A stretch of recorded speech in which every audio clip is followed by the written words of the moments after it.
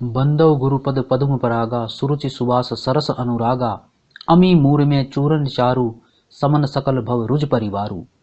नमस्कार मित्रों, life conclusion channel पर आपका हार्दिक अभिनंदन और स्वागत है। मित्रों, तमिलनाडु के सर्वपल्ली गांव का एक ब्राह्मण परिवार वर्षों पहले आजीविका की तलाश में मद्रास, जिसे वर्तमान में चेन्नई कहा जाता है, वहां से लगभग 60 किलोमीटर दूर धार्मिक स्थल तिरुतन्नी में आ बसा।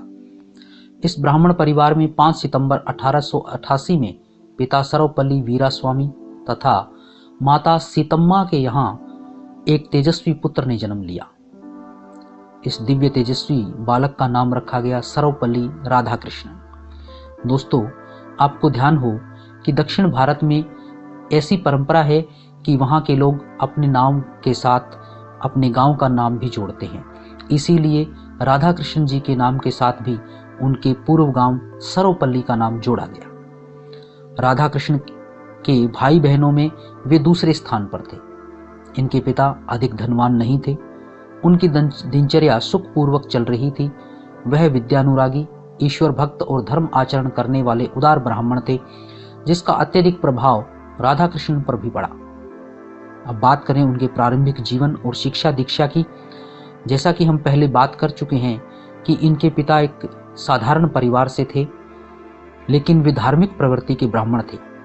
फिर भी उन्होंने राधा कृष्ण को 1896 ईस्वी में लूथरन मिशन स्कूल तिरुपति में प्रवेश दिलाया, जो कि क्रिश्चियन मिशनरी स्कूल था।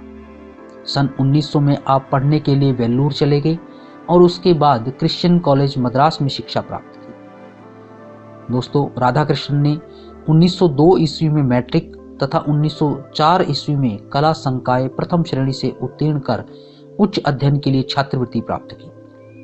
1911 में राधा कृष्ण ने दर्शन शास्त्र में एमए की उपाधि प्राप्त कर ली। बात आती है इनके वैवाहिक जीवन की। तो मित्रों, उस समय अल्पायु में ही विवाह कर दिए जाते थे और परंपरा अनुसार राधा कृष्ण जी का भी विवाह 1903 में ही शिवाकामु नाम की एक सुकन्या से हो गया। राधा कृष्णन शिवकामु दंपति को अपने वैवाहिक जीवन में 5 पुत्रियां और 1 पुत्र की प्राप्ति हुई। इनके शैक्षिक और उसके आगे के जीवन की बात करें तो डॉक्टर राधा कृष्णन अपने शैक्षिक जीवन की शुरुआत 20 वर्ष की अवस्था में 1908 में करते हैं। आप सर्वप्रथम प्रेसिडेंसी कॉलेज मद्रास में दर्शन शास्त्र के सहायक अध्यापक के रूप में नियुक्त हुए। 1917 तक के यहाँ सेवाएं देते हुए आपकी ख्याति दूर दूर तक फैल गई। तात्कालिक मैसूर राज्य के दीवान और प्रसिद्ध इंजीनियर मोक्षगुंडम विश्वेश्वरैया के आमंत्रण पर आप 1918 में मैसूर चले गए। श्री विश्वेश्वरैया ने इन्हें महाराजा कॉलेज मैसूर में दर्शन शास्त्र का प्रोफेसर नियुक्त किया। डॉक्टर राधा कृष्ण 1921 तक मैसूर में रहे, जहां इनका काम अत्यंत सराहनीय रहा। मित्रों, इसके बाद राधा कृष्ण जी कोलकाता विश्वविद्यालय से जुड़ गए। सुविख्यात शिक्षा शास्त्री सर आशुतोष मुखर्जी ने कलकत्ता विश्वविद्यालय में स्नातकोत्तर विभाग की स्थापना की और इस विभाग की एक पीठ जॉर्ज पंचम प्रोफेसर ऑफ फिलोसॉफी में मुखर्जी ने डॉक्टर राधा कृष्ण को नियुक्त किया। सन 1921 से 1931 तक आप कोलकाता विश्वविद्यालय में रहे। इसके बाद राधा कृष्ण जी का जुड़ाव आंध्र विश्वविद्यालय से हुआ। सन 1931 में राधा कृष्ण कलकत्ता विश्वविद्यालय से आंध्र विश्वविद्यालय में कुलपति नियुक्त हुई। 1932 से 1941 तक राधा कृष्ण आंध्र विश्वविद्यालय तथा ऑक्सफोर्ड में Spalding chair of eastern and ethics के प्रोफेसर रहे।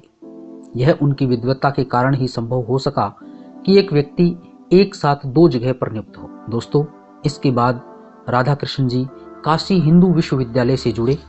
सन 1939 में सर्वपल्ली डॉक्टर राधा कृष्णन काशी हिंदू विश्वविद्यालय में स्वेच्छा से अवैतनिक सेवाएं देने लगे। और मित्रों, अब वे कलकत्ता विश्वविद्यालय, ऑक्सफोर्ड विश्वविद्यालय एवं काशी विश्वविद्यालय तीनों में अपनी सेवाएं दे रहे थे। किसी भी विद्वान के लिए बहुत ही दुर्लभ क्षण होता है कि वह एक साथ ही 3 प्रसिद्ध शिक्षण संस्थाओं में अपनी सेवाएं दे रहा हो। यह क्रम 1948 तक सतत चलता रहा। इसके बाद डॉक्टर राधा कृष्ण ऑक्सफोर्ड विश्वविद्यालय से पूरी तरह से जुड़ गए। ऑक्सफोर्ड में रहते हुए राधाकृष्ण ने अनेक व्याख्यान दिए। आपके द्वारा दिए गए व्याख्यान माला के संबंध में हिवर्ट जनन ने लिखा, भारत के बाहर हमारे विश्वविद्यालय में व्याख्यान देकर आपने हमारा गौरव बढ़ाया है। बात करते हैं राधा कृष्ण जी के राजनीतिक जीवन की। यह सर्वपल्ली राधा कृष्ण की कार्यकुशलता, अनुभव, बुद्धिमत्ता और प्रतिभा थी कि राजनीति से प्रत्यक्ष संबंध न होने के बाद भी स्वतंत्रता के बाद इन्हें संविधान निर्मात्री सभा का सदस्य बनाया गया। वे 1947 से 1949 तक इसके सदस्य रहे। मित्रों, 1948 में शिक्षा के क्षेत्र में एक आयोग का गठन किया गया जिसे विश्वविद्यालय शिक्षा आयोग कहा गया। इस विश्वविद्यालय शिक्षा आयोग का अध्यक्ष राधाकृष्ण जी को बनाया गया। उन्होंने अपनी रिपोर्ट 1949 में दी और इसी आयोग की रिपोर्ट के आधार पर यूजीसी की स्थापना की गई, या यूं कहें कि यूजीसी की स्थापना राधाकृष्ण आयोग की ही देन थी। मित्रों, इसके बाद राधाकृष्ण को रूस में भारत का राजदूत बनाया गया। 1950 में राधाकृष्ण की विद्वता और योग्यता को देखकर भारत सरकार ने इन्हें रूस में भारत का राजदूत नियुक्त किया। वह समय शीत युद्ध का समय था और उसका दृष्टिकोण भारत के प्रति सकारात्मक नहीं था, परंतु डॉक्टर राधाकृष्ण के कुशल नेतृत्व ने रूसी नेताओं को ऐसा मोहित किया कि सुषुप्त पड़े मैत्री संबंध प्रगाढ़ मैत्री में बदल गए। के.सी. वीहर ने राधाकृष्ण के बारे में लिखा है कि मॉस्को में राधाकृष्ण के राजदूत नियुक्त होने का विशेष अर्थ था। वहां वे पूर्णतः सफल राजदूत के रूप में विश्व के समक्ष आए। किसी भारतीय विद्वान के बारे में किसी पाश्चात्य विद्वान का इस तरह का कथन, और वो भी उस समय जब विश्व दो ध्रुवों में बटा हुआ था, अपने आप में एक महत्वपूर्ण कथन था। मित्रों, इसके बाद समय आया जब भारत स्वतंत्र हुआ, भारत में प्रजातंत्र की स्थापना हुई और 1952 में राधाकृष्ण को उपराष्ट्रपति बनने का सौभाग्य प्राप्त हुआ। सन 1952 में डॉक्टर राधाकृष्ण स्वतंत्र भारत के प्रथम उपराष्ट्रपति निर्वाचित हुए। आप 2 बार इस पद के लिए निर्वाचित हुए और 1962 तक इस पद को सुशोभित किया। उपराष्ट्रपति पद के साथ साथ आप दिल्ली विश्वविद्यालय के कुलपति भी रहे। उपराष्ट्रपति के रूप में आपकी कार्यशैली की बहुत सराहना की गई। इसके बाद वह दिन भी आया जब आप भारत के सर्वोच्च नागरिक पद पर पहुंचे, अर्थात आप भारत के राष्ट्रपति बने। भारत के प्रथम राष्ट्रपति डॉक्टर राजेंद्र प्रसाद का चयन इस सर्वोच्च पद के लिए 2 बार हो चुका था। डॉक्टर राजेंद्र प्रसाद 1962 तक भारत के राष्ट्रपति रहे। इसी समयावधि में सर्वपल्ली डॉक्टर राधाकृष्ण उपराष्ट्रपति रहे। डॉक्टर राजेंद्र प्रसाद के बाद राधाकृष्ण राष्ट्रपति निर्वाचित हुए। 12 मई 1962 को आपने विश्व के सबसे बड़े लोकतंत्र के राष्ट्रपति के रूप में शपथ ली। इस अवसर पर बर्डेंट रसेल ने कहा, फिलोसॉफी सम्मानित हुई। समस्त विश्व को शांतिप्रिय विवेकशील समाज ने इस चुनाव का अभिनंदन किया। मित्रों, राधाकृष्ण जी ने अपने जीवन में अनेक व्याख्यान दिए। बहुत से व्याख्यान भारत में और बहुत से भारत से बाहर भी हुए। इनमें से प्रमुख व्याख्यानों की हम यहाँ चर्चा करेंगे। 1926 में डॉक्टर राधाकृष्ण ने ऑक्सफोर्ड के मैनचेस्टर कॉलेज में the Hindu new of life पर व्याख्यान दिया, जिसमें उन्होंने हिंदू धर्म को एक प्रगतिशील ऐतिहासिक प्रवाह के रूप में प्रतिस्थापित किया। उनके अनुसार हिंदू धर्म आज भी गतिशील है, इसमें दोष, परंपरा और सत्य के अंतर को भुला देने के कारण है। डॉक्टर राधाकृष्ण ने ब्रिटिश साम्राज्य के विश्वविद्यालयों के सम्मेलन में भाग लेते हुए अपनी प्रतिभा से पाश्चात्य जनमानस को आश्चर्यचकित कर दिया। मित्रों, 1929 में डॉक्टर राधाकृष्ण ने an ideologist view of life शीर्षक से व्याख्यान लंदन तथा मैनचेस्टर विश्वविद्यालय में दिए। इस व्याख्यान में उन्होंने सत्य के विषय में हिंदू धर्म की अवधारणा प्रस्तुत की, जिसका पाश्चात्य जगत के अनेक विद्वानों ने समर्थन किया। ऑक्सफोर्ड में उनके अनेक भाषण east and west in religion नाम से प्रकाशित हुए। लंदन की प्रतिष्ठित ब्रिटिश एकेडमी में उन्हें गौतम बुद्ध पर भी भाषण देने हेतु आमंत्रित किया तथा उन्हें अपनी संस्था का सदस्य भी बनाया। डॉक्टर राधाकृष्ण ने कोलंबिया विश्वविद्यालय के शताब्दी समारोह के अवसर पर भारतीय संस्कृति के महत्व को स्पष्ट करते हुए अपने व्याख्यान दिए। और मित्रों, किसी भारतीय व्यक्ति द्वारा इस तरह के व्याख्यान देना, भारतीय संस्कृति का परचम विदेश में फहराना अपने आप में उस समय एक बहुत बड़ी उपलब्धि थी। मित्रों, अब बारी आती है डॉक्टर राधाकृष्ण के साहित्य सृजन की। उन्होंने अनेक पुस्तकें लिखी जो भारतीय धर्म, दर्शन, साहित्य इत्यादि से गहरा ताल्लुक रखती हैं।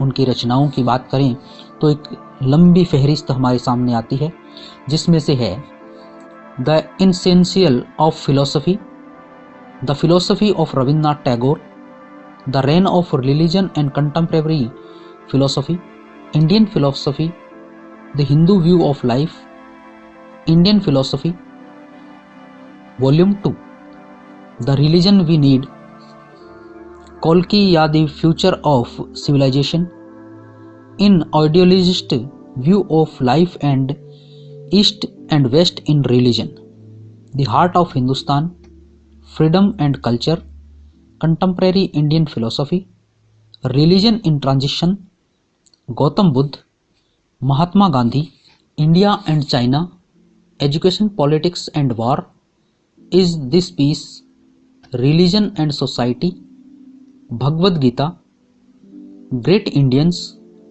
The university education commission report, the Dhammapada, an anthology of Radhakrishna writing, the religion of the spirit and world's need, fragment of convention, history of philosophy in east and west, volume 2, the principal Upanishads, east and west some reflection, recovery of faith, a source book in Indian philosophy. यह राधाकृष्ण एवं Charles मूर दोनों के द्वारा संपादित है। The Brahma Sutra, the philosophy of spiritual life, the concept of man, fellowship of fashion, on Nehru, religion in a changing world, religion and culture, our heritage, link with a purpose to knowledge. मित्रों, उपयुक्त पुस्तकों के अतिरिक्त राधाकृष्ण रीडर इन anthology नामक ग्रंथ का प्रकाशन भारतीय विद्या भवन द्वारा 1969 ईस्वी में किया गया। इसके अतिरिक्त उनके भाषणों एवं लेखों का प्रकाशन भारत सरकार द्वारा किया गया। मित्रों, अब बात करते हैं राधाकृष्ण जी को मिले सम्मान, पुरस्कार और उपलब्धियों की। सर्वपल्ली डॉक्टर राधाकृष्ण एक महान शिक्षाविद थे। देश विदेश के अनेक विश्वविद्यालयों में उन्होंने शिक्षक के रूप में कार्य किया। 1908 से 1917 तक मद्रास प्रेसिडेंसी कॉलेज में सहायक अध्यापक रहे। 1918 से 1921 तक महाराजा कॉलेज मैसूर में दर्शन शास्त्र के प्रोफेसर रहे। 1921 से 1948 कोलकाता विश्वविद्यालय में प्रोफेसर रहे। सन 1931 से 1936 तक आंध्र विश्वविद्यालय के वाइस चांसलर रहे। ऑक्सफोर्ड विश्वविद्यालय में 1936 से 1952 तक प्राध्यापक रहे। कलकत्ता के अंतर्गत आने वाले जॉर्ज पंचम कॉलेज के प्रोफेसर के रूप में 1937 से 1941 तक कार्य किया। सन 1939 से 1948 तक काशी हिंदू विश्वविद्यालय के चांसलर रहे। 1953 से 1962 तक दिल्ली विश्वविद्यालय के चांसलर रहे।